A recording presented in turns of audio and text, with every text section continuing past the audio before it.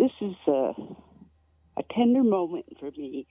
My daughter died of a cocaine fentanyl overdose. Her anniversary of her death is tomorrow. I'm just triggered by this topic altogether. She died at the age of 17. She was cremated on her 18th birthday. What frustrates me the most is I want to go for a nice lunch downtown Victoria. And on Douglas Street, I have to step around or step over, and the sites that I see are inappropriate. People cannot stand up who are using whatever drugs they are. We see an increase in violence, including stabbings and murder. And what I would like to see is a specialized hospital for drug and addiction, mental health, drug and addiction. And when we walk along Douglas Street, I wish that there was an open door for a 90-day scoop, that we just scoop these people up, take them to the hospital that is specialized for them.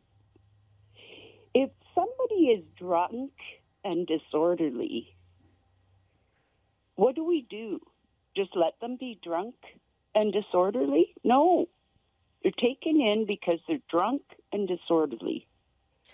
Well, it's the same, and I believe that we need to specialize a hospital for people that are inappropriate and a danger to themselves and to others. Bonnie, I have 2 grandchildren. How do I walk them downtown? and I'm so sorry for your loss, and I appreciate that this is a really emotional day for you, and that tomorrow is a very, very sad anniversary for you. Well, it's been a tough month altogether. She died Easter Sunday in 2017. It all started at age 14 for her, and she died in a hotel room on Douglas Street, in a one-room hotel with the others that were involved, and they thought she was sleeping.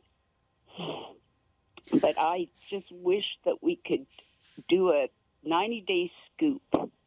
If there's an issue with a person, if they've overdosed, they are admitted for 90 days. How do you think that would have helped your daughter? Well, tragically, the Ministry of Children and Families did not include her family. She has the right to say, well, no, I don't want to go to counseling with my family. She was in 6 months, she was in a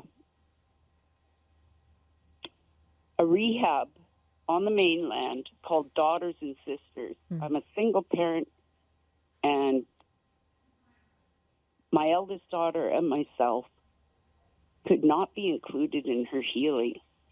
And when she got out on April 27th, on her 16th birthday, she started using that day.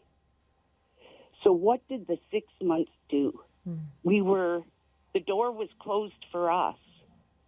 And I understand that it's an inherited disease, and the family involvement is crucial, particularly when we're dealing with a young child that has been traumatized by sexual exploitation and detached from her family.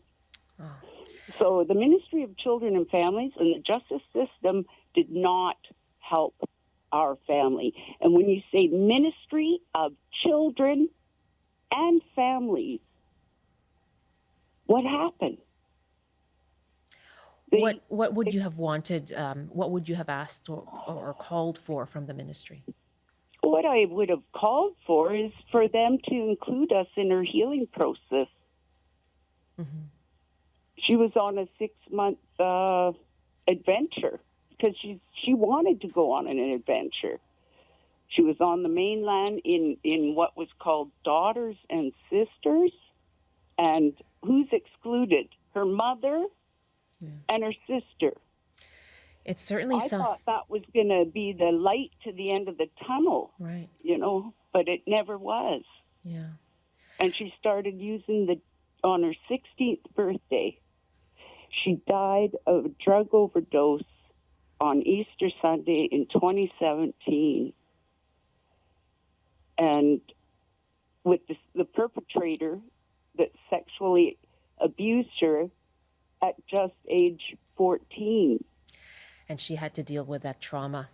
Bonnie. Well, extended trauma. Yeah. She had a common law. She was living with a gentleman in Langford, and she fled from him. Wow. It sounds like couch surfing from February, and in April she dies of a drug overdose. It sounds like she had so many struggles, obviously including the substance use that led to her death.